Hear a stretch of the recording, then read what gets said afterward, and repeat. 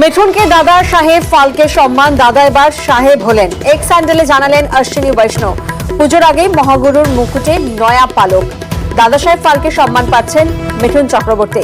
প্রতিনিধি মানুষ এই মুহূর্তে আমাদের সঙ্গে রয়েছে। মানুষ, ভারতীয় সিনেমার সবচেয়ে বড় সম্মান দাদা সাহেব ফালকে পুরস্কার পাচ্ছেন এবার প্রবীণ অভিনেতা মিঠুন চক্রবর্তী।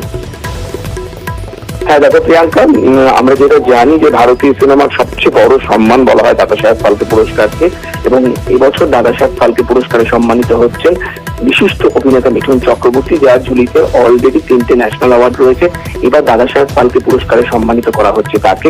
ভারতীয় চলচ্চিত্রে তার যে বিপুল অবদান, তার জন্য কিন্তু মিঠুন চক্রবর্তীকে এই পুরস্কার দেওয়ার সিদ্ধান্ত নেওয়া হয়েছে এবং কেন্দ্রীয় মন্ত্রক থেকে জানানো হয়েছে যে আগামী 8ই অক্টোবর ন্যাশনাল অ্যাওয়ার্ডের যে অনুষ্ঠান, অর্থাৎ জাতীয় চলচ্চিত্র সম্মানের যে অনুষ্ঠান হয়, সেখানে মিঠুন চক্রবর্তীকে এই সম্মান প্রদান করা হবে। কেন্দ্রীয় মন্ত্রী অশ্বিনী বৈষ্ণব টুইট করে কথা জানিয়েছেন।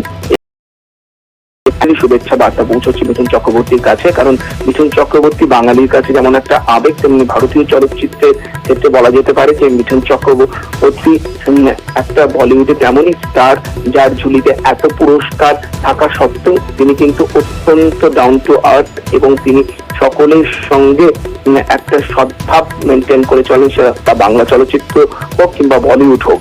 আর পুজোতে 8 তারিখে কিন্তু মিঠুন চক্রবর্তীর ছবি শাস্ত্রীয় মুক্তি পাচ্ছে, বাংলা ছবি তার, এবং সেই দিনই কিন্তু মিঠুন চক্রবর্তী দাদা সাহেব ফালকে পুরস্কার নিতে মঞ্চে উঠবে প্রিয়াঙ্কা। সুতরাং বলা যেতে পারে এটা মিঠুন চক্রবর্তীর কাছে যেমন সম্মানের, তেমনি তার ফ্যানেদের কাছে বা তার অনুরাগীদের কাছে একটা বড় খবর।